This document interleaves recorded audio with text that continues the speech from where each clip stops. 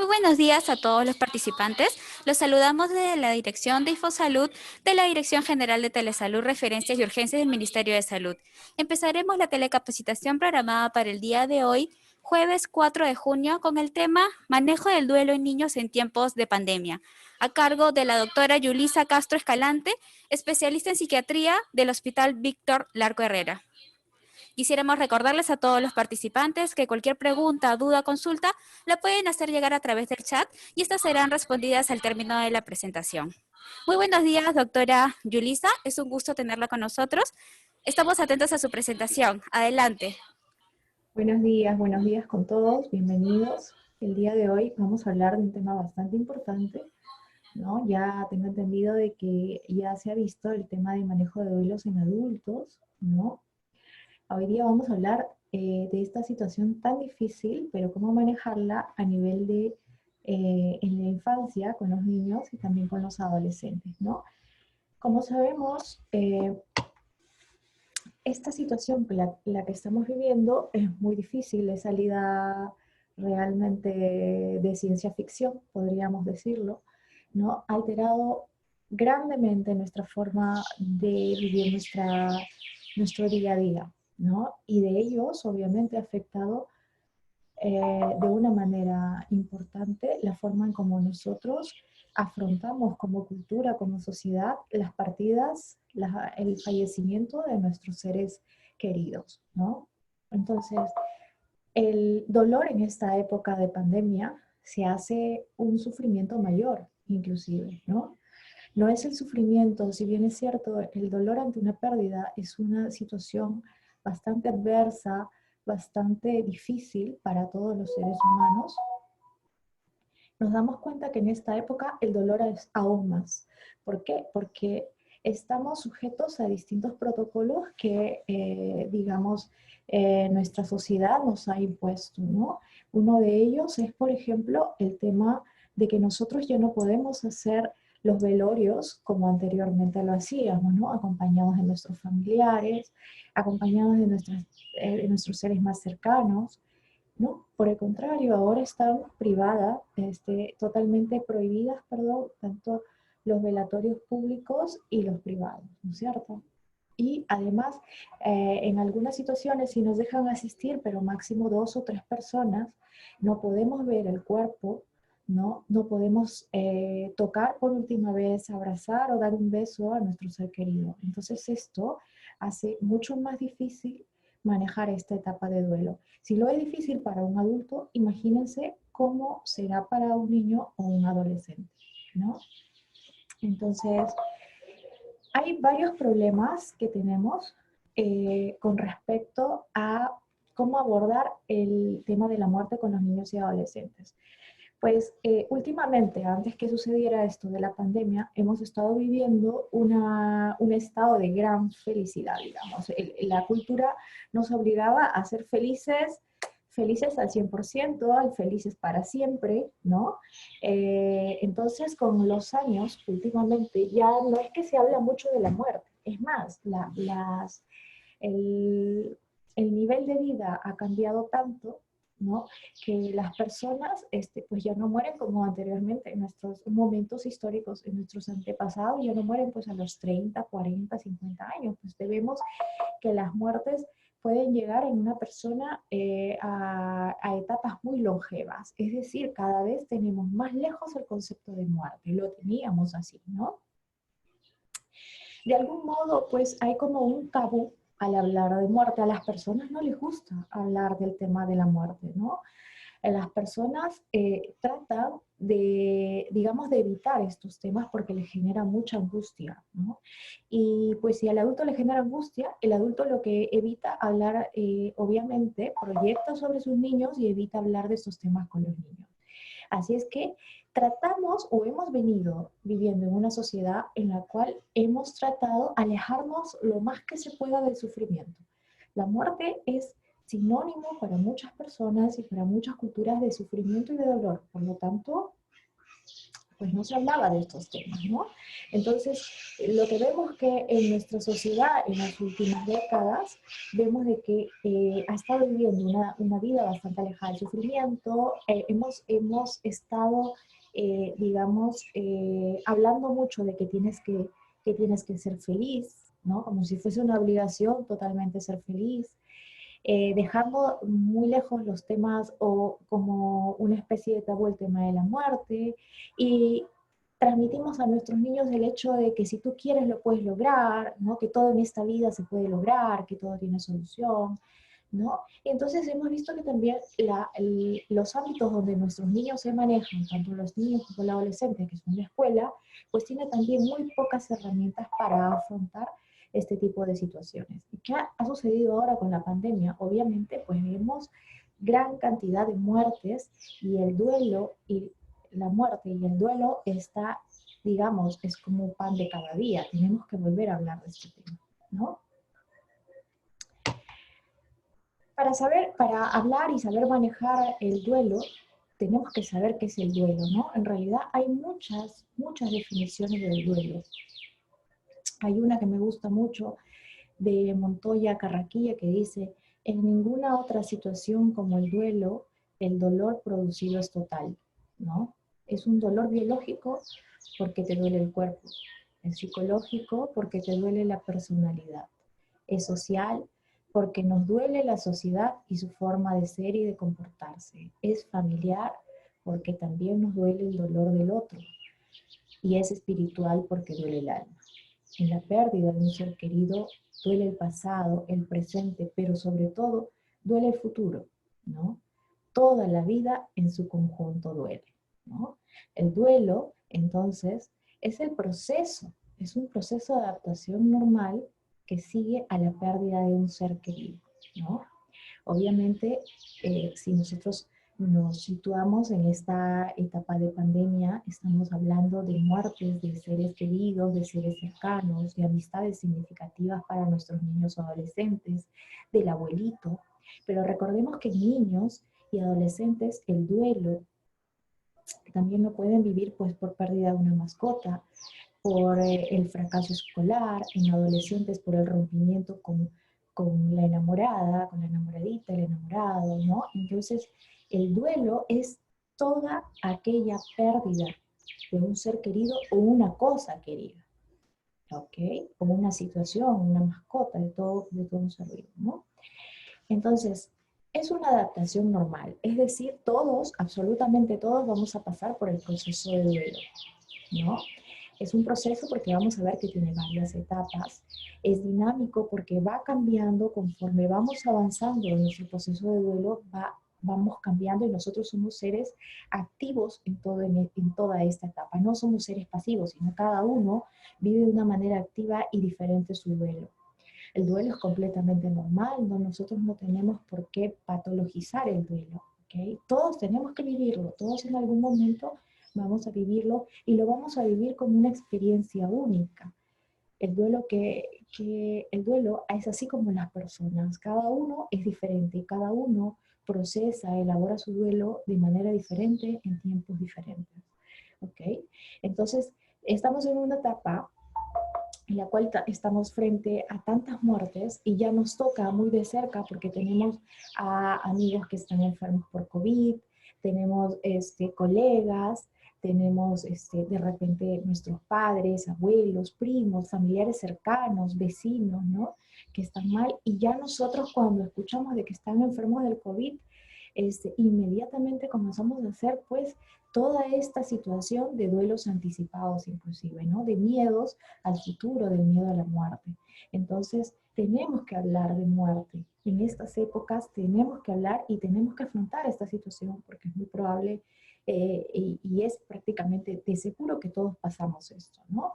Todos en algún momento vamos a afrontar una etapa de duelo. Tenemos pues a la doctora Elizabeth Kubler-Ross, que ella es una psiquiatra que estudió mucho el tema de del duelo, ¿no? Pues trabajó mucho con personas en etapas ya finales de su vida, y ella ha separado en fases todo este proceso de duelo, ¿no? Inicialmente el proceso de duelo nosotros lo afrontamos como una especie de un shock emocional. Cuando ya está. Estamos en la etapa del shock emocional, ¿no? Cuando las personas reciben la noticia de que, por ejemplo, este,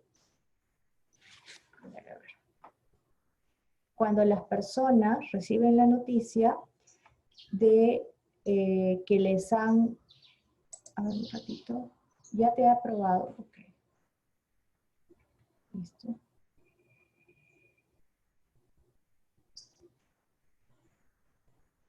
Ya. Cuando las personas reciben la noticia de que su familiar ha fallecido, ¿no? Entonces, en esa etapa nosotros estamos en una etapa de shock, digamos, en una etapa en la cual estamos en etapa de perplejidad, no sabemos lo que está sucediendo, ¿no? En una etapa de anestesia emocional en la que no sabemos si lo que nos está pasando es real o no real, comenzamos en la primera fase a negarlo, ¿no? La negación es la primera fase en la cual nosotros comenzamos a sentir, digamos, o a negar lo sucedido, ¿no? Tenemos mucho miedo. Es una forma de nosotros de defendernos, digamos, ¿no? Ante esta situación. Entonces, después de esta etapa de negación en la cual nosotros tenemos mucho miedo y no aceptamos esta situación, pues viene la etapa de una emoción muy fuerte, que es la emoción de la ira, ¿no? En la cual nosotros sentimos mucha pena, mucho resentimiento, sobre todo resentimiento, y acá en esta etapa es muy importante porque puede aparecer sentimientos de culpa, ¿no? ¿Por qué no hice esto? ¿Por qué no llevé a mi familiar prontamente a... ¿Por qué no llevé a mi familiar prontamente a, digamos, al hospital? ¿Por qué no pagué un seguro? ¿Por qué la gente no se pone mascarilla? ¿Por qué el gobierno no nos apoya? Etcétera, ¿no? Es una etapa en la cual hay mucha ira y mucha cólera. Luego viene una etapa entre que acepto y no acepto, no sé si todavía acepto la realidad, viene una etapa en la cual comienzo a sentirme muy confuso, con mucha incertidumbre, ¿no? Que se llama la negociación, ¿no? Quizás no fue así, quizás se equivocaron, quizás no, definitivamente no es que murió. Yo recuerdo mucho que había una familia que decía, le habían dado la noticia y ellos decían, quizás se han equivocado de cuerpo, necesito ver el cuerpo que es el cadáver de mi padre para estar seguros, ¿no? Entonces comienzo de alguna manera a, comienzo de alguna manera negociar, digamos, y a ver que, lo que está sucediendo no es así, ¿no? Y posteriormente viene la etapa en la cual yo definitivamente puedo, digamos, aceptar lo que está sucediendo, me entristezco, ingreso en una etapa de mucha, digamos, desmotivación, en una etapa de mucha pena, nostalgia, y en la cual ingreso en una situación de tristeza profunda, ¿no? Que es propiamente la que más nosotros reconocemos como nuestra etapa de duelo. Esta etapa de depresión puede durar mucho tiempo, ¿no? Puede durar mucho tiempo. Como decía, cada uno tiene su proceso, maneja este tema como un proceso único, ¿no es cierto?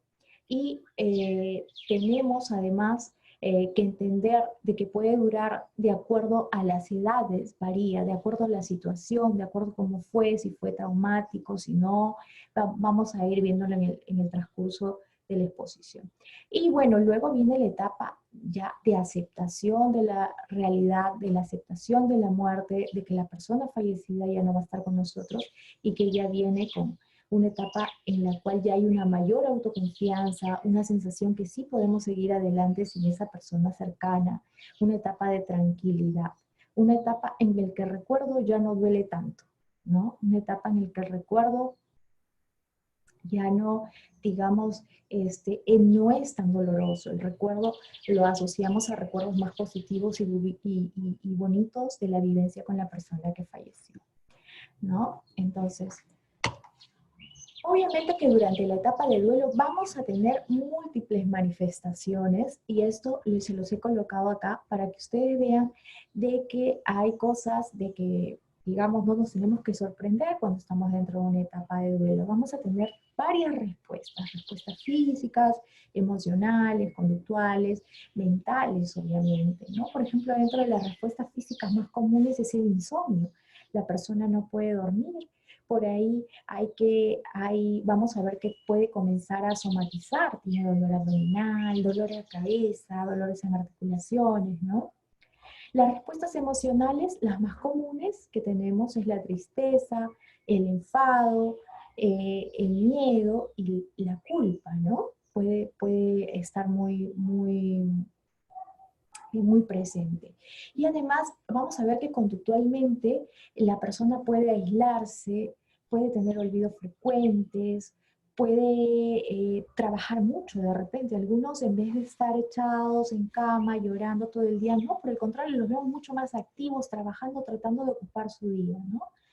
Y puede haber respuestas mentales también, ¿no? Por ejemplo, vamos a ver que las personas tienen dificultades para concentrarse, como que hay una sensación de que hay una pérdida de la capacidad intelectual, ¿no? Hay creencias, ¿no? Muchas veces irracionales, ¿no? Que pueden haber pensamientos obsesivos de los recuerdos con la persona fallecida, etcétera. Entonces son situaciones que se van a presentar y tenemos que tener en cuenta que es parte del duelo. Cuando hablamos específicamente de mitos sobre el duelo en niños y adolescentes, hay muchos mitos en realidad, pero dentro de los más importantes está aquel en el que, digamos, por ejemplo, piensa la sociedad en que los niños no se dan cuenta de lo que pasa, ¿no? Y eso es falso. Los niños se dan cuenta porque conocen nuestro lenguaje corporal, saben de que en casa está sucediendo algo, saben de que estamos llorando, nos ven con los ojos rojos, nos ven con los ojos hinchados, nos ven desmotivados, ¿ok? Entonces, ese es un mito. Muchas veces en intentar de proteger, no les contamos a los niños lo que sucede. Pensamos que los niños no tienen su etapa de elaboración de duelo, su proceso, y eso es falso. El hecho que no sea como el de nosotros no quiere decir que no exista y que ellos no procesen su duelo. Es falso también de que tenemos que disimular para protegerlos, es decir, no lloro, de repente no me pongo triste, no hago que como si no hubiese pasado nada, y eso lo único que hace es retardar el duelo, ¿ya? Y otro de los mitos bastante y que mucho preguntan es si deberían asistir a los funerales, ¿no? Porque ellos creen de que lo llevé y quizás le voy a crear un trauma, ¿no? Y eso también es falso. Vamos a ver cómo debería hacerse, cómo se debería afrontar los mitos, perdón, el duelo en niños y adolescentes. Entonces, para eso hay conceptos claves que hay que manejar. Primero lo que tenemos que saber de la muerte para poder luego explicarle a los más menores es que hay conceptos claves que tenemos que explicarle a los niños y a los adolescentes obviamente acerca de la muerte para que nosotros podamos manejarlo de una manera adecuada. Primero, de que la muerte es universal. Es importante decirles que todos nos vamos a morir, ¿no? Obviamente no de esa manera abrupta, ¿no? Eso va a variar de acuerdo a cómo nosotros, digamos, de acuerdo a la edad del niño, ¿no? Yo no voy a decir todos vamos a morir y luego después mi niño se va a quedar con la sensación de miedo de que de repente yo también me puedo morir o su papá o su mamá y no solamente el abuelito, ¿no? Entonces vamos a utilizar para eso algunas formas de cómo se lo tenemos que decir, pero sin reemplazar el concepto en general, es decir, decirle que todos, absolutamente los seres vivos, todos vamos a morir, ¿no? Y de repente por ahí haciéndole analogías con alguna mascotita que haya tenido, ¿no? Y para que ellos puedan en concreto entender este concepto.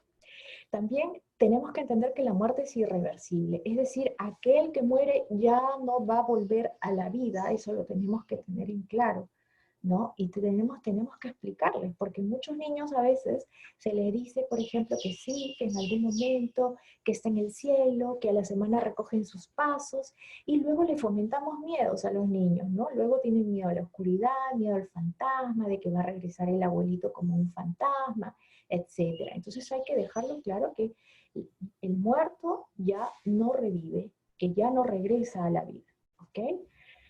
Que es incontrolable. ¿Esto para qué es importante decirle que esto, perdón, que no funciona? Y esto, no, esto le tenemos que explicar como si el cuerpo fuese una máquina, ¿no?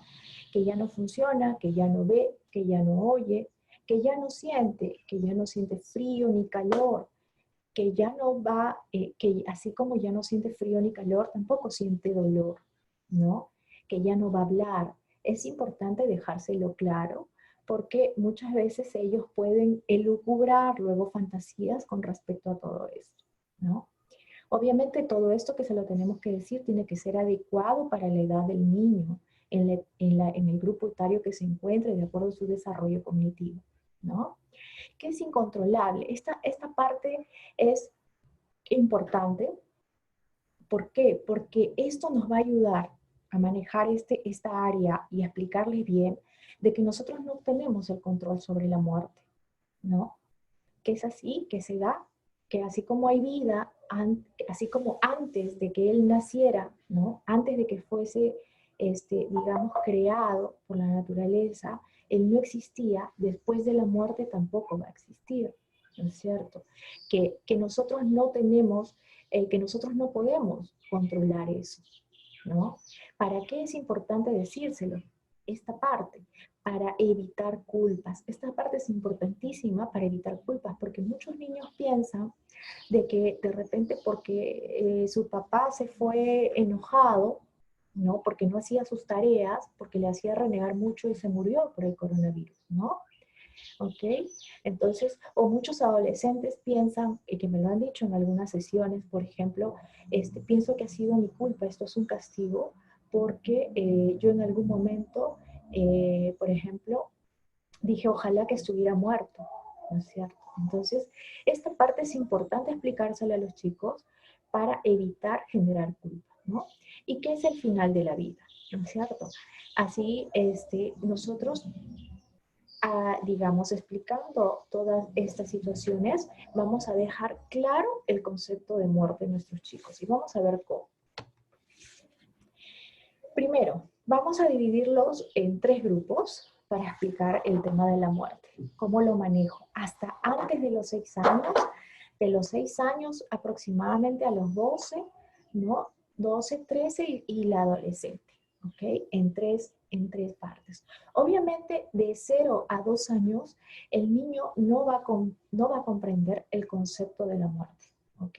Entonces, en esa etapa, en la primera etapa, cuando él es muy pequeñito, lo que vamos a hacer es sustituir inmediatamente la figura que ya ha fallecido. Si fuese una figura muy importante, como en el caso de la madre, pues tiene que haber una cuidadora que asuma el rol materno, ¿no? Puede ser la abuela, la tía, la persona que se va a hacer cargo del pequeño, ¿ok? Pero ya en etapas más grandecitos, cuando estamos hablando de 4, 5, hasta los 6 años, hay que entender que el niño no entiende todavía de que la muerte es universal, es decir, que todos nos vamos a morir. No entiende el concepto todavía de que una vez que nosotros hemos fallecido ya no vamos a volver a vivir. Entonces ellos van a creer que el cuerpo va a seguir funcionando, que de repente el abuelito, el papá, no lo sé, va a seguir funcionando y que está vivo aún dentro del ataúd, ¿no es cierto? Entonces, en esta etapa predominan mucho los pensamientos mágicos en el niño.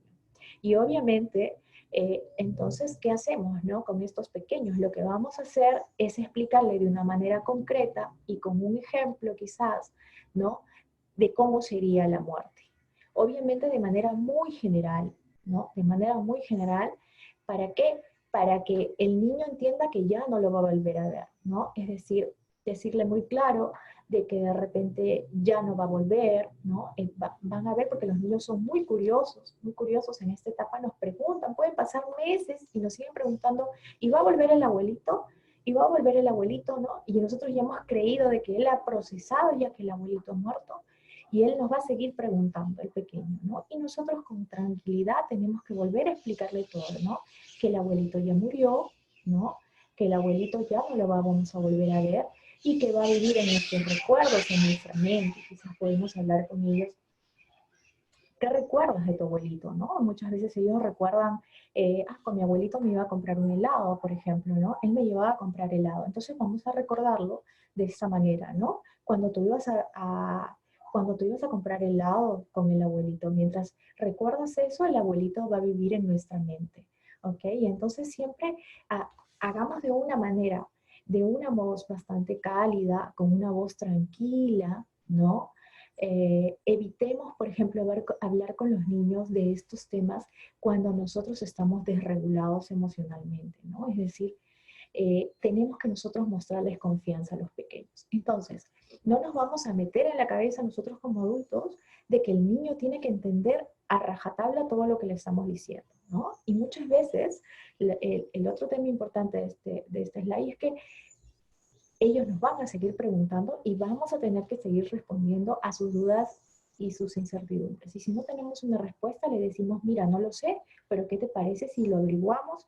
Y averiguamos y luego vemos cómo es, porque yo también hay cosas que no sé, ¿no? No mentir, por favor. Hay personas que mienten, que dicen que te está viendo desde arriba, que el abuelito te acompaña. Entonces los niños comienzan a revivir temores, porque piensan que en la oscuridad va a aparecer el abuelito, porque piensan que de pronto en la noche va a venir, ¿no? Entonces comienzan a pensar en espíritus y no es bueno, porque los niños pueden comenzar a activar nuevos temores o reactivar, perdón, antiguos temores, ¿no? Por ejemplo, si era un niño que ya controlaba el esfínter en la noche, de repente se puede volver a orinar, se puede volver a hacer su deposición, ¿no? Puede volver a tener el miedo a la oscuridad, puede tener miedo de que la mamá o el papá se vayan, ¿no es cierto? Entonces hay que tener bien en claro eso.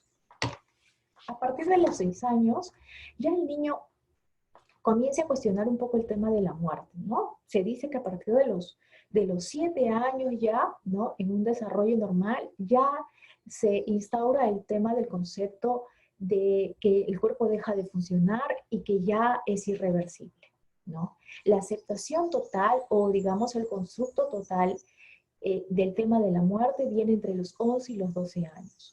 Ya cuando el niño tiene 6, 7 años, desaparece este tema del pensamiento mágico, y recordemos que en estas etapas el grupo de apoyo va a ser el grupo de las amistades de los niños, ¿no? En la adolescencia, el adolescente sí puede tener una respuesta muy similar a una persona adulta, pero no es una persona adulta, ojo. En el adolescente, las emociones que ellos viven son de manera más intensa. A pesar que nosotros lo veamos muchas veces aislados, callados, internamente ellos viven sus emociones mucho más intensamente, ¿ya? Y esto puede verse conflictuado o puede verse empeorado porque como el adolescente está en etapa de buscar su identidad, ¿no? De buscar, va cimentando las bases para su personalidad, el adolescente puede tener muchas relaciones conflictivas con sus progenitores y eso, en vez de ayudar a que haya un buen proceso de duelo, lo puede empeorar, ¿ya? Y también otra cosa importante en la etapa de duelo en el adolescente es que puede ser, el adolescente fantasea mucho, puede pensar con el tema de la muerte, ¿no? Puede pensar que de repente una de las salidas, y es un ser muy importante o cercano, es inclusive morirse también para encontrarse con su ser amado, ¿no? Entonces, hay que tener mucho cuidado en esta etapa de la adolescencia, hay que vigilarlos de cerca, hay que ver qué es lo que hacen, a qué se dedican, a dónde entran, qué leen, con quiénes hablan, ¿no? Para tener en cuenta este tema de que a veces ellos fantasean mucho con el tema de la muerte. Ellos son chicos, los adolescentes son personas, digamos, que no comparten mucho el dolor, no les gusta mostrarse vulnerables muchas veces, ¿no? Inclusive con su grupo de pares, con sus amigos, ellos evitan ser diferentes, pues precisamente porque los adolescentes en esta etapa están buscando ser muy parecidos a sus amigos. Obviamente, el que haya fallecido mi padre, mi abuelo, no me hace tan similar a mi amigo, ¿no? A mi pata. Entonces yo evito mostrarme diferente, ¿no? Inclusive con sus amigos, inclusive no habla de sus temas personales. Pero hay que tener en cuenta que para ellos este grupo de apoyo es muy importante, ¿ok? Entonces hay que flexibilizar un poco. Si nuestros hijos están pasando, son adolescentes, si nuestros pacientes son adolescentes, podemos flexibilizar, podemos ayudar a que mantengan un mayor contacto con su grupo de pares y con sus amigos, ¿no? Por medio de videollamadas, por medio, a veces los adolescentes se conectan por medio de videojuegos, ¿no? Con eso no digo de que dejar el contacto limitado con ellos, ¿no? O dejar horas de videojuego con sus amigos, ¿no? Pero quizás ser un poco flexibles en estas etapas, ¿no? Sin llegar a los extremos. Entonces, en el entorno familiar vamos a encontrar, como ya hemos visto, varias alteraciones, ¿no? A nivel familiar se va a presentar mucho nerviosismo, mucha intranquilidad. Vamos a ver que toda la familia puede estar un poco intranquila, ansiosa. Varios miembros de la familia van a presentar insomnio, ¿no? Tanto de conciliación como de mantenimiento del sueño. Los niños pueden comenzar a presentar miedos de separación, ¿no? Van a llorar más cuando el papá o la mamá se va a trabajar, ¿no? Porque va a tener miedo a la pérdida de otro ser amado, ¿no? Y eso es parte del duelo, o sea que no hay que asustarnos, lo que tenemos que hacer es acoger, ¿no? Sus emociones, ¿no? Validarlos, decirles que estamos ahí para ayudarlos, que no va a pasar nada, ¿no?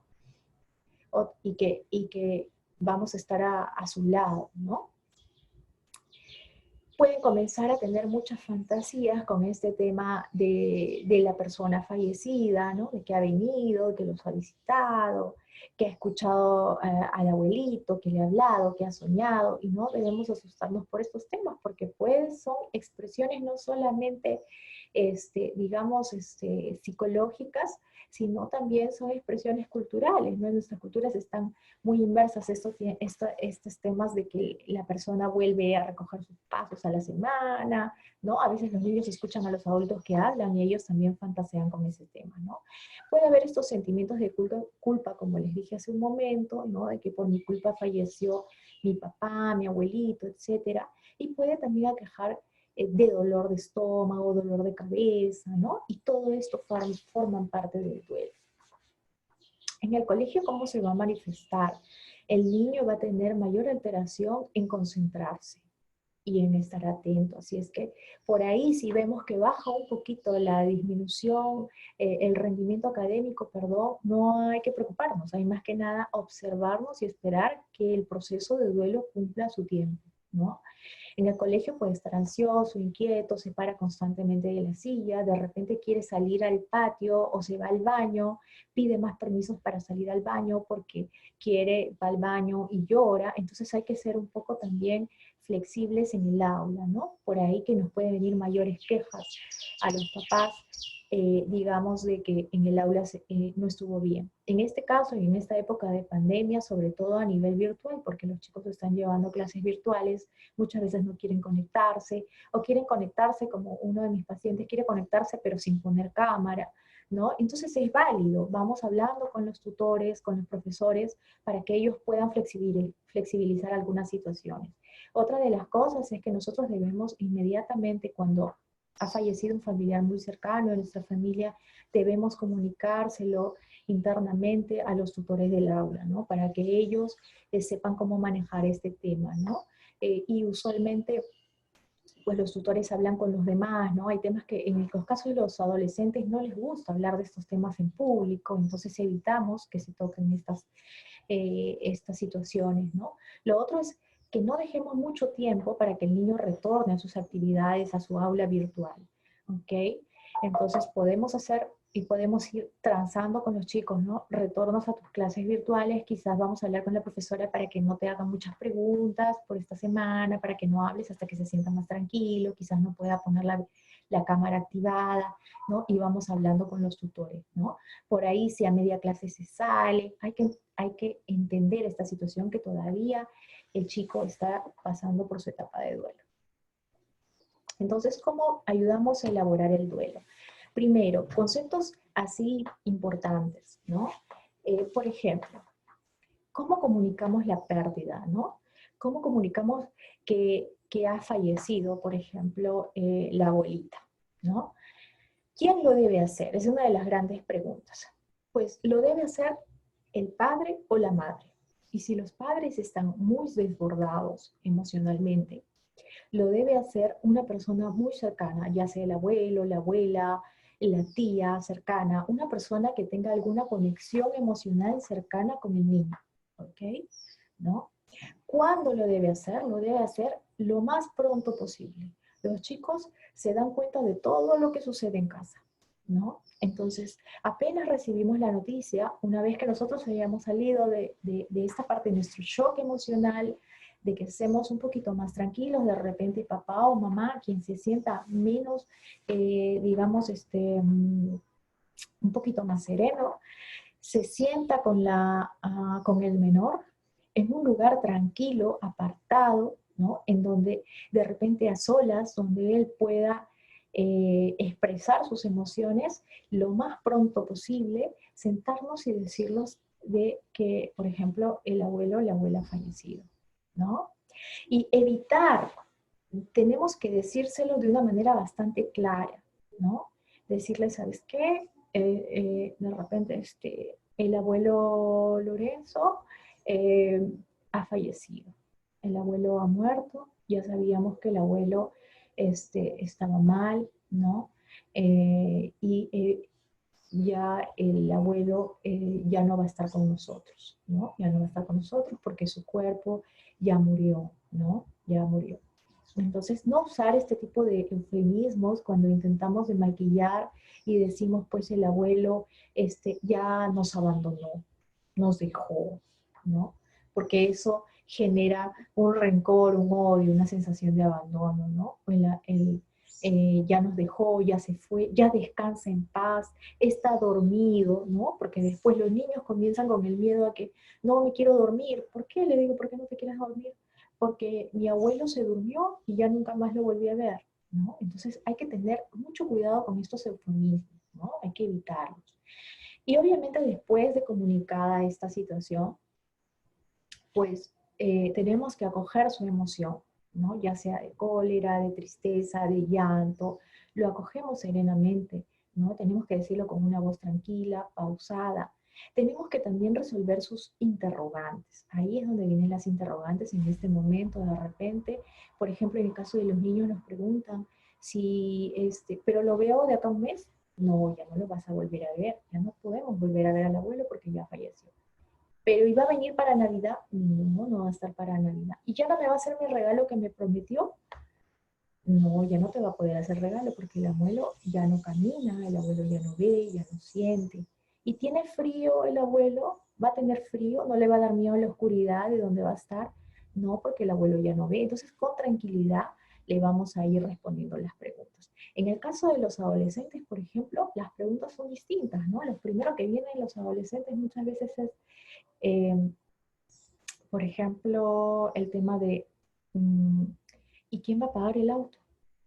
¿Y quién va a pagar la casa? ¿No? Entonces nosotros le respondemos, no te preocupes, la situación va a seguir igual, vamos a ver cómo nos vamos a agenciar para poder pagar, voy a hablar con el banco, etcétera, ¿no?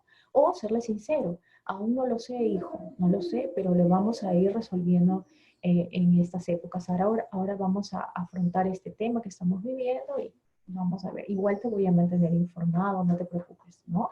Como en el caso de un joven, el caso de un adolescente que me dijo, después que falleció mi papá, a mí me han pasado a un colegio nacional, ¿no? Entonces su mayor preocupación era esa, ¿no es cierto? Entonces, hay que, de todos modos, validar su emoción. ¿Y qué es validar su emoción? Es decirle, ok, está bien, es normal que te sientas triste, yo también me siento triste, ¿no?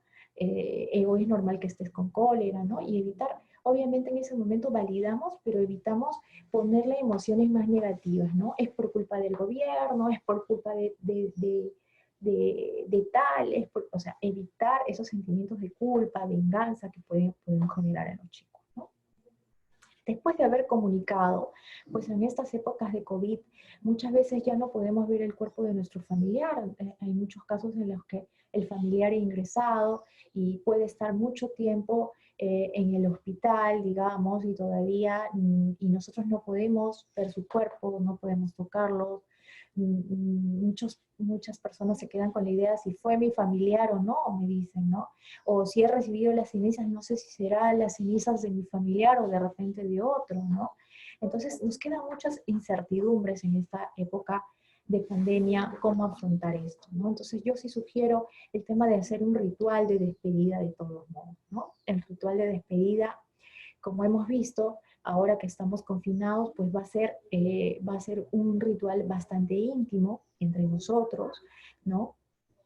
Algunas funerarias nos pueden ayudar, por ejemplo, ¿no? De repente podemos hacer una carta de despedida, de repente si tenemos conexión con la funeraria y las personas que van a, digamos, que van a maniobrar, que van a manejar con el cuerpo, podemos llevarle o mandarle, pues no lo sé, yo he visto que las personas mandan rosarios, mandan digamos, la foto de alguien, ¿no?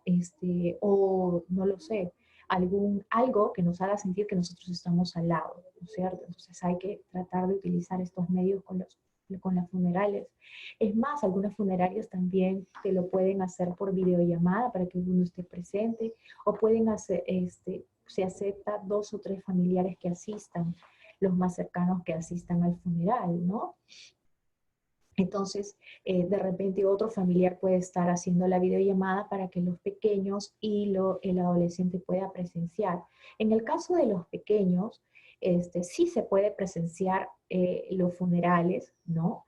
Pero hay que explicarles de qué se va a tratar, qué es lo que va a haber, ¿no? ¿Qué es lo qué es el ataúd, qué está dentro del ataúd, ¿no? Hay que explicarles. Si lo explicamos de una manera tranquila, serena, y si sabemos que en el funeral no va a haber un desbordamiento, digamos, emocional, como dice ese desbordamiento, por ejemplo, en el sentido de que hemos visto de que las personas gritan, se tiran sobre el ataúd, se pelean. Entonces, esas cosas sí hay que evitarlas, ¿no? Si sabemos que por ahí tenemos familiares en que están muy, muy afectados por esta situación, evitar que el niño presencie esto, ¿no? Eso sí puede ser un poco, digamos, traumático, pero si es tranquilo, si sabemos que lo vamos a asistir de una manera serena, ¿no? El niño puede presenciarlo. Si es adolescente, digamos, tenemos que preguntarle si ellos desean presenciar por videollamada, no lo sé, ¿no? O si van a ir al funeral, ¿no es cierto?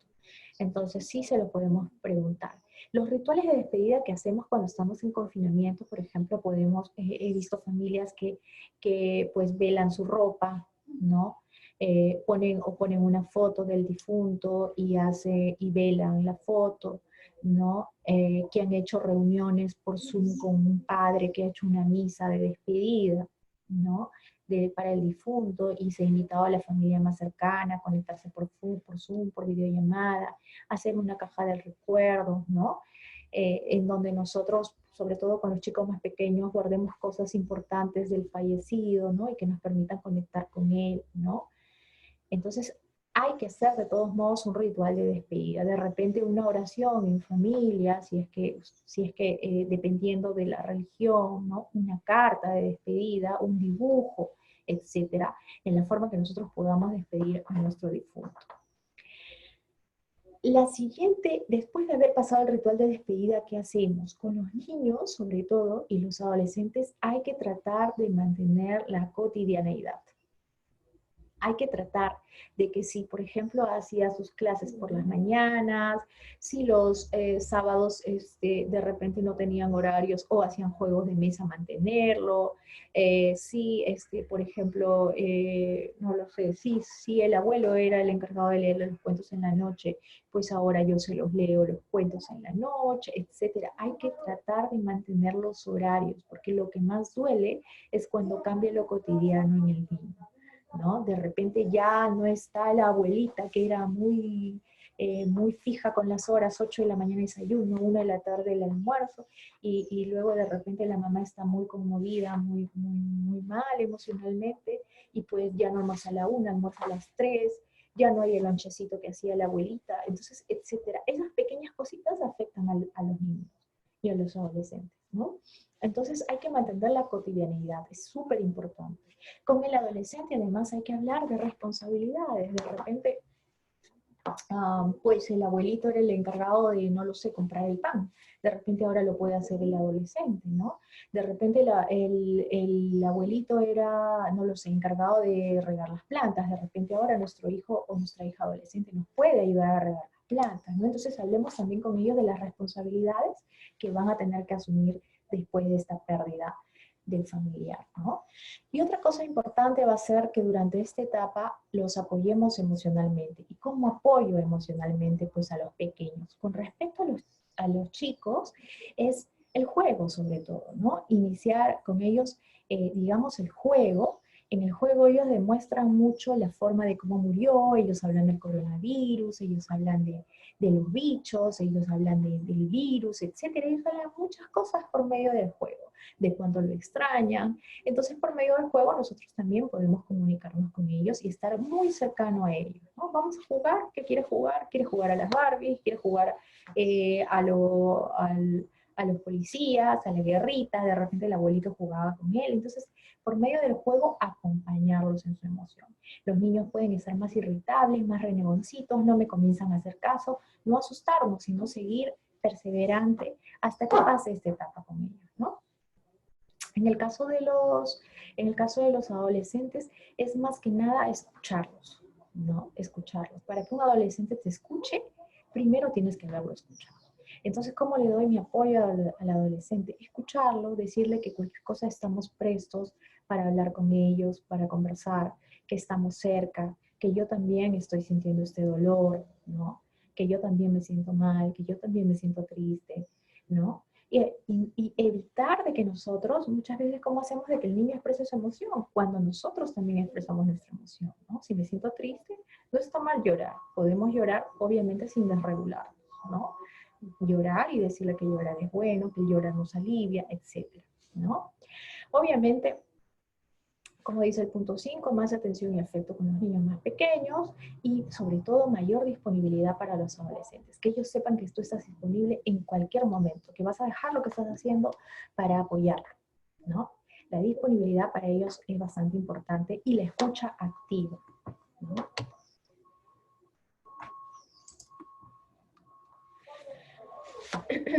Entonces, otra de las cosas también es que ayudemos a identificar sus emociones. Las emociones más comunes en un duelo son la tristeza, ¿no? La rabia y los sentimientos de culpa.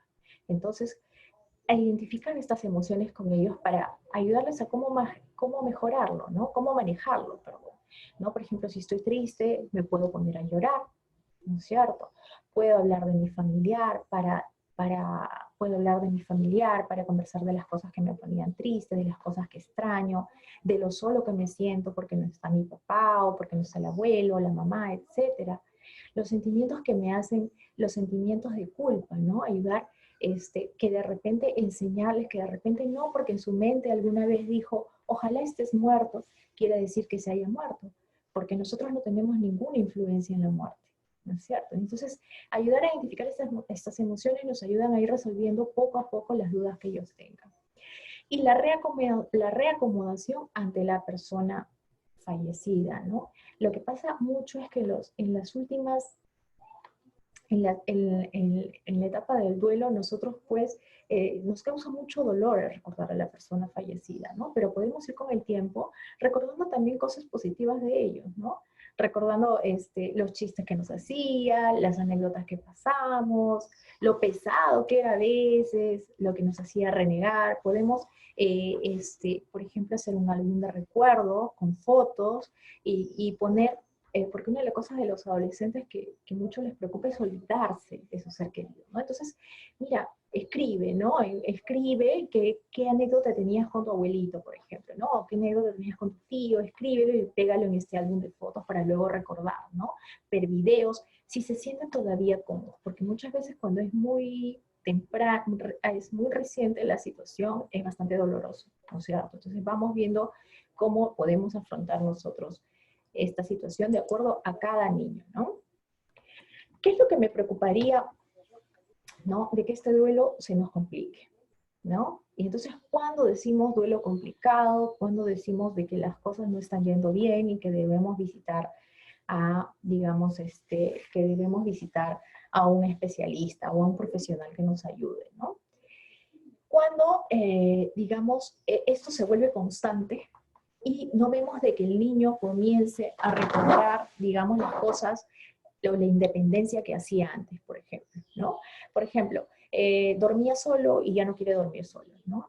¿Puedo tolerarlo los primeros meses? Claro que sí, puedo tolerarlo, pero si ya nosotros vemos de que esto no cesa, ¿no? De que ya es muy recurrente, así como los llantos constantes, ¿no? O como que ya al pasado el tiempo hay una ansiedad porque, o un llanto, una desesperación porque el papá o la mamá se vaya a trabajar, ¿no? Porque hay pesadillas muy seguidas, porque lo vemos ya muy triste, ya no quiere conectarse, ya no quiere jugar con sus juegos preferidos, de repente, no sé, pues lo veo a los niñitos a veces les gusta jugar con sus carros, no quiere, no coge las cosas, baja de peso, ¿no?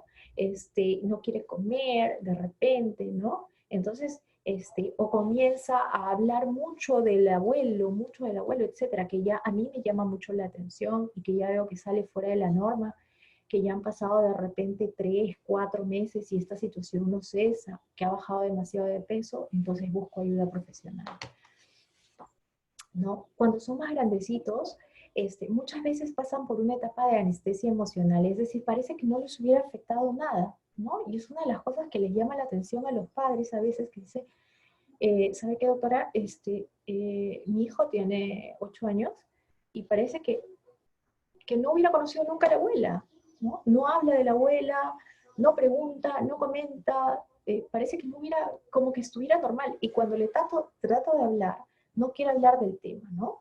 Entonces, hay una aparente anestesia emocional que no está permitiendo que se procese el duelo, entonces busco ayuda profesional, ¿no? Porque eso sí sale fuera de la norma, ¿no? O la sensación, esa tendencia de cuidar exageradamente a las demás personas. Por ejemplo, veo muchos niños que están con mucho miedo: papá, ponte la mascarilla, mamá, no te vayas a enfermar, ya estás, mamá, estás con fiebre, te sientes mal, de repente te vas a morir también tú, ¿no? Entonces, cuando ya es muy persistente, ya nosotros tenemos que, digamos,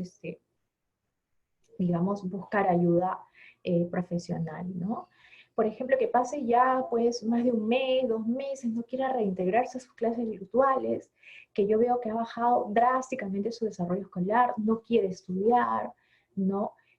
Se queja todos los días de dolor de cabeza, no quiere comer, baja el apetito. Entonces ya son cosas que nosotros tenemos que, digamos, verlo como un signo de alarma, ¿no? En el caso de los adolescentes, como les dije, tener muy en cuenta si aparecen pensamientos de muerte o si hay chicos que comienzan a tener conductas de riesgo, por ejemplo, ¿no? Había un joven de que después que había fallecido, el papá se subía y caminaba por el cerco del tercer piso, ¿no? Él decía que se sentía bien y todo, pero eso es una conducta de riesgo, ¿no? ¿Qué busca? Y si se cae, ¿qué pasa, no? Y hace poco había fallecido un familiar muy cercano. Entonces, esas conductas no son normales, ¿ok? Entonces, si también vemos de que están muy deprimidos, comienzan a exagerar, por ejemplo, en el caso de los adolescentes, de repente comienzan a consumir cigarro que no consumían, alcohol, marihuana, etcétera, eso ya definitivamente tenemos que buscar ayuda, ¿ya? Igual así como las quejas somáticas, ¿no?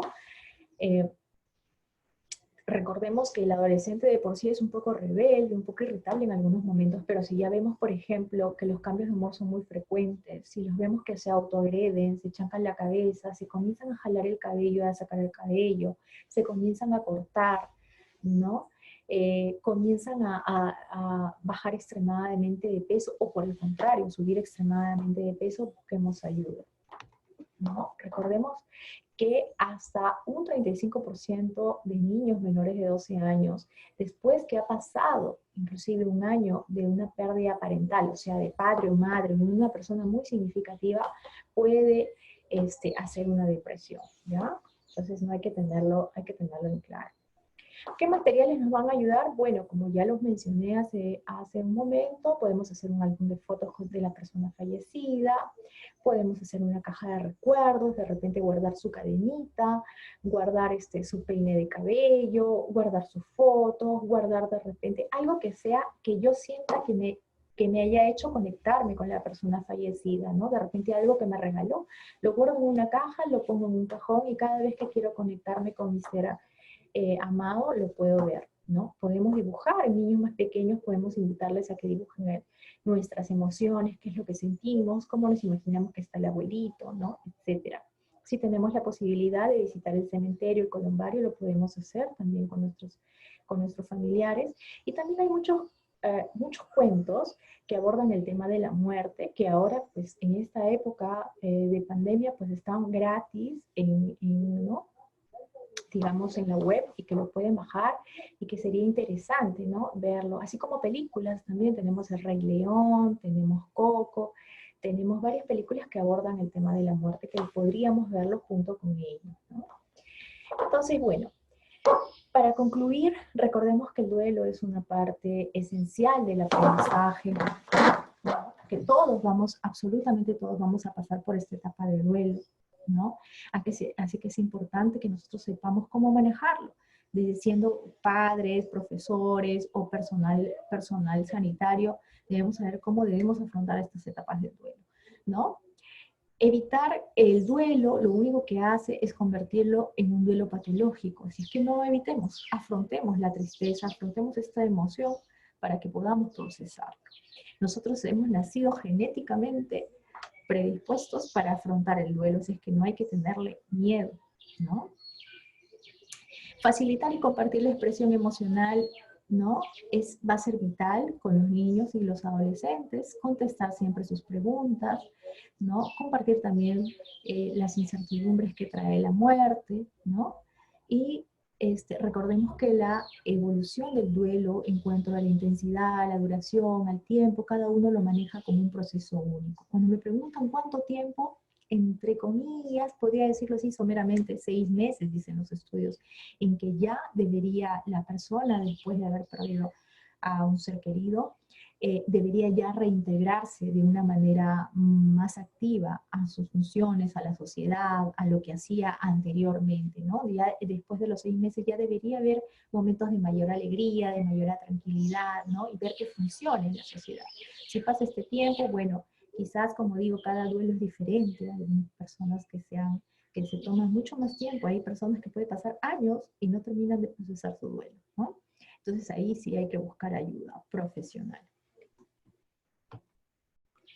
Bueno, a ver, no sé si tengan alguna pregunta. Bueno, escucho a la moderadora. Perfecto, doctora, muchísimas gracias. Y muchísimas gracias a todos los participantes. Doctora, sí nos han hecho llegar algunas preguntas. ¿Cuál es el tiempo de duelo estimado en el caso de menores de edad? En el caso de menores de edad, como digo, cada proceso es único, pero suele ser menos de 6 meses. Suele ser más corto que el del adulto, ¿no? Entonces, vamos a ir viendo que los chicos suelen, sobre todo si mantenemos la cotidianidad, los chicos en aproximadamente 3, 4 meses ya están, digamos, ya se van normalizando sus actividades, los vemos más activos, ¿no? Dependiendo de la edad, mientras más pequeño suele ser más rápido digamos, el proceso del duelo.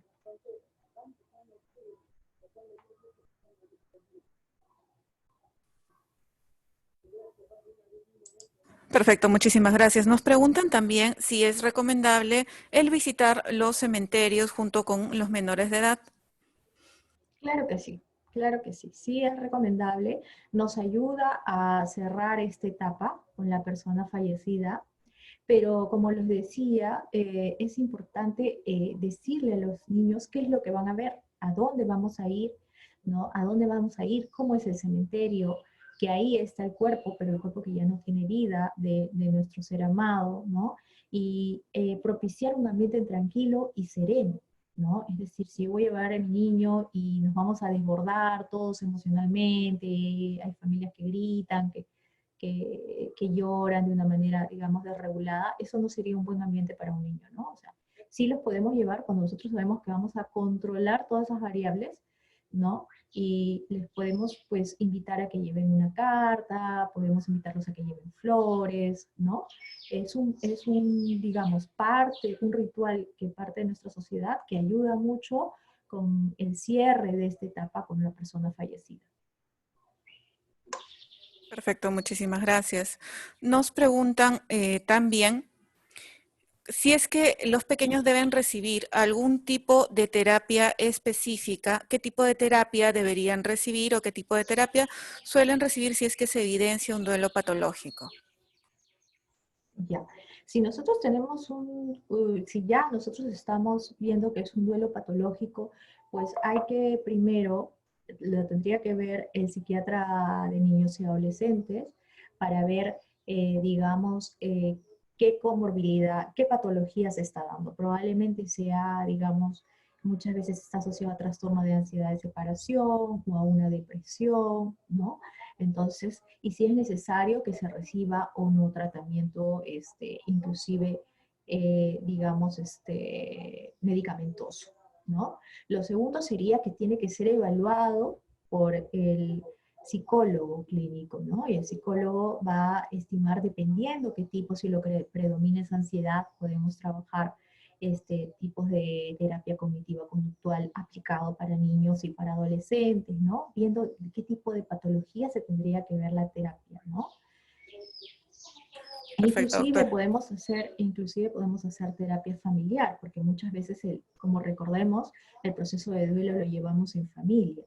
Entonces, de repente por ahí alguien de la familia no lo está llevando adecuadamente, ¿no? Entonces lo tenemos que abordar en familia. Perfecto, doctora, muchísimas gracias.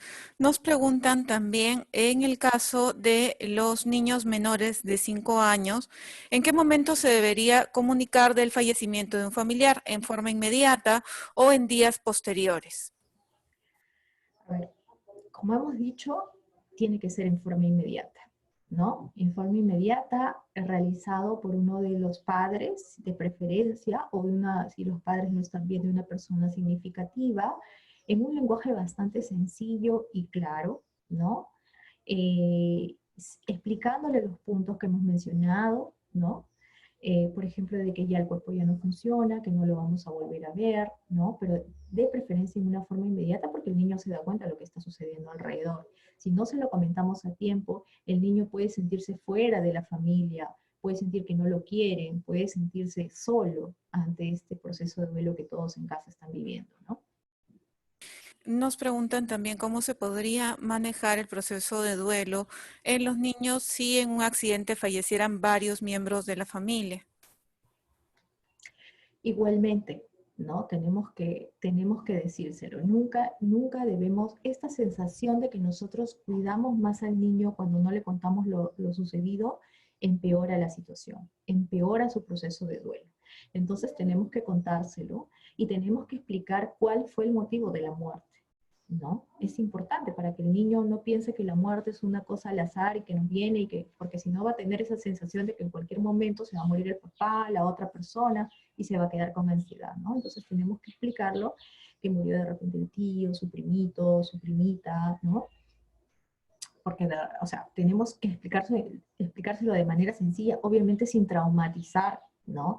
Mientras menos detalles demos, mejor, ¿ok? Mientras menos detalles, pero tiene que quedar la idea clara de que ya no los va a volver a ver, ¿no?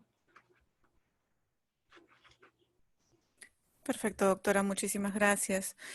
También nos preguntan cómo podemos manejar el temor a la muerte en el caso, nos colocan aquí un caso particular de un pequeño con leucemia que está viendo fallecer a muchos de sus amigos con el mismo diagnóstico. Sí, en este caso, pues tenemos que trabajar el duelo anticipado, ¿no? En el caso de los niños que están internados con leucemia, ellos ya vienen sintiendo este duelo anticipado, el dolor a la soledad, el dolor digamos, al abandono, el dolor de no volver a verlos, ¿no? Entonces ellos ya tienen esa sensación o el miedo a que también va a morir, ¿no? Entonces ahí se maneja lo que es el duelo anticipado con ellos, ¿no? Si, igual, dependiendo de la edad, ¿no? Y hacerlo sentir siempre en compañía, ¿no? No evitemos el dolor, afrontémoslo, pero también tengamos un momento para afrontar el dolor, su emoción, y otro momento de repente de esparcimiento, de juego, ¿no? Si en estos casos, por ejemplo, que es un niño con leucemia y que está viendo morir a sus amiguitos, ahí sí es necesario un apoyo profesional, ¿no? Ahí sí es necesario. Muchas veces los papás no podemos contener solos, ¿no? Esta situación. Y entonces puede ser el psicólogo, ¿no? Que puede ir abordando esta situación. Perfecto, doctora, muchísimas gracias. Nos preguntan también si durante el periodo de duelo podríamos observar cuadros psicóticos en los niños y adolescentes. A ver, hay mucha confusión a veces. En una ocasión recuerdo de un caso que la mamá decía que la niñita de 6 años decía pues que escuchaba a la abuela, que la abuela le hablaba, ¿no? Entonces hay que tener en cuenta el proceso del desarrollo. Hay niños que, como decía yo, fantasean con la persona fallecida. Entonces, si nosotros vemos un cuadro que no lo tenemos claro, si es psicótico, si es fantasía, entonces que sea evaluado por un profesional, ¿no? Porque no es normal tener episodios psicóticos durante un duelo. Probablemente sean más fantasía que psicosis, pero eso lo tiene que discernir un profesional en salud mental. Perfecto, doctora, muchísimas gracias.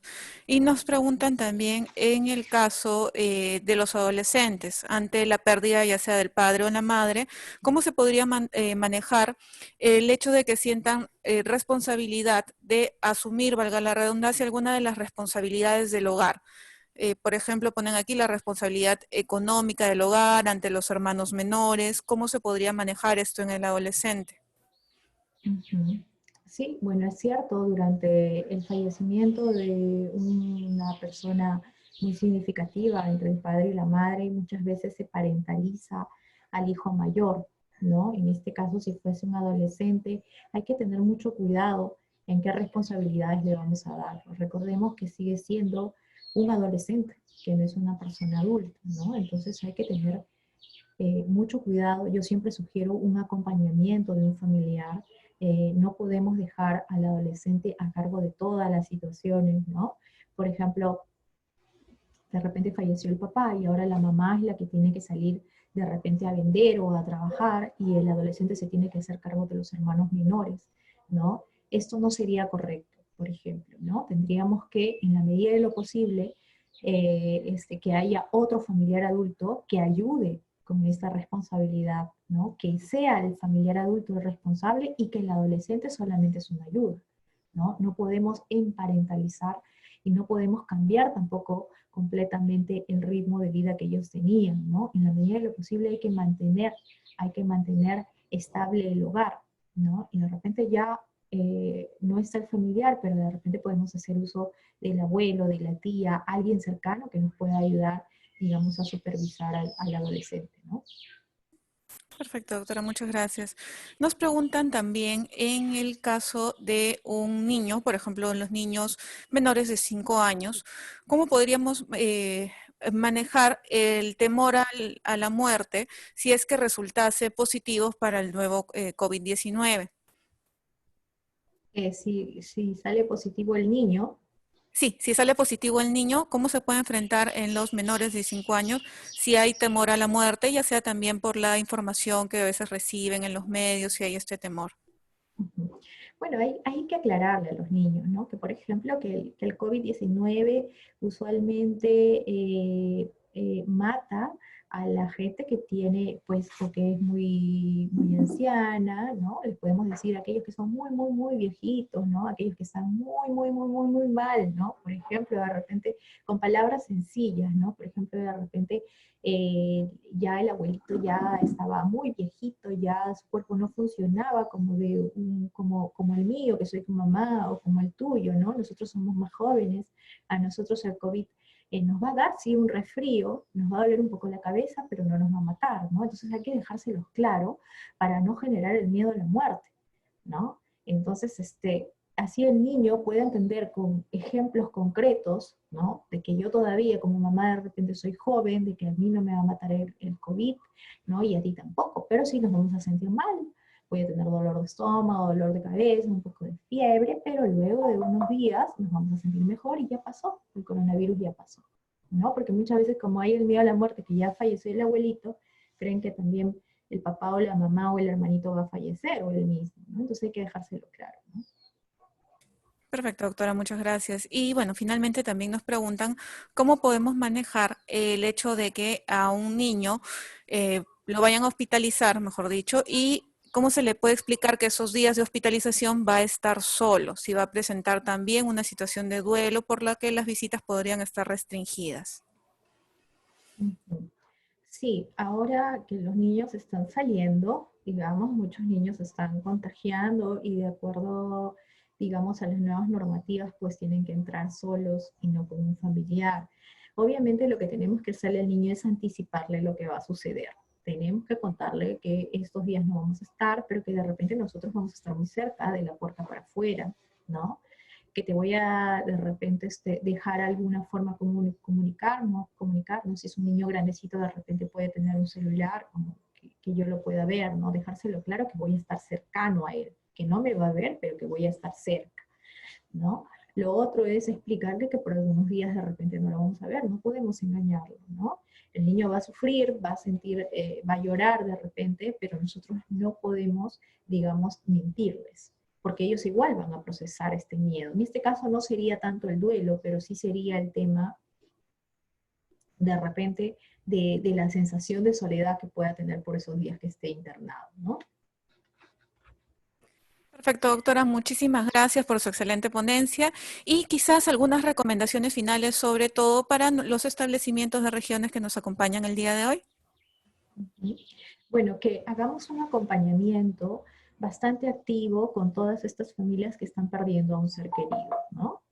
Que hagamos un acompañamiento, digamos, no solamente a las personas adultas, sino que también no dejemos pasar que los niños y los adolescentes también llevan un proceso de duelo y que muchas veces ellos son más vulnerables a que estos duelos se vuelvan patológicos, a que estos puedan, que sean duelos no resueltos y que puedan conllevar a la larga en problemas, en el caso de adolescentes, de problemas, por ejemplo, de deserción escolar, de abuso de sustancias, ¿no? Entonces, en estas épocas de cuarentena, ayudarlos, saber de que nosotros en nuestro centro de salud siempre estamos con las puertas abiertas para ayudarlos, llamarlos de repente, saber cómo están. Muchas veces ellos no quieren conversar con nosotros, pero dejarnos siempre mandar un mensaje que ellos entiendan que nosotros estamos disponibles para ayudarlos, ¿no? Por último, si ustedes creen de que, por ejemplo, hay un tema que ya se está saliendo de la norma, que ya ustedes creen que este niño ya ha pasado de repente un par de meses y sigue eh, exageradamente, digamos, con algunos síntomas, de repente pedir una ayuda ya más, de repente ya es necesario que nosotros ingresemos a trabajar con el tema de medicamentos, entonces siempre derivarlo, ¿no? Y si ustedes tienen una duda, no se queden con esa duda, derívenlo. Muchas veces no es necesario, pero estamos siempre trabajando de la mano, ¿no? Para esto creo que hay también las teleconsultas en las cuales podemos trabajar de la mano con los centros de salud y resolver sus dudas e ir viendo si es necesario medicarlo o no medicarlo. De repente no es necesario medicar al niño, de repente a veces es necesario trabajar con la mamá, que es la mamá quien está manteniendo este círculo del duelo y que no deja que se procese el duelo, ¿no? Hay duelos bastante patológicos en los cuales los padres no dejan ir, digamos, a la persona fallecida, ¿no? Y siguen manteniendo las cosas intactas, su ropa, su todo, como si va a volver en algún momento, ¿no? Entonces, de repente no hay que intervenir en el niño, sino en el familiar. Entonces, hagamos en todas estas familias que pasan en estos tiempos sus pérdidas, hagamos un seguimiento continuo de cómo están, de cómo siguen, si han retornado a sus actividades, ¿no? Eso va a ayudar mucho a que las personas se sientan acompañadas en este proceso de duelo. Perfecto, doctora. Muchísimas gracias nuevamente y muchísimas gracias a todos nuestros participantes por su atención. Esta ponencia podrá ser nuevamente visualizada en nuestro canal de YouTube de Telesalud Minsa, en donde los invitamos a suscribirse. Muchas gracias a todos por la atención prestada y muchas gracias nuevamente, doctora, y a los amigos del Hospital Víctor Larco Herrera. Como siempre, un gusto trabajar en forma articulada con ustedes. Que tengan muy buen día. Hasta luego. Gracias, hasta luego.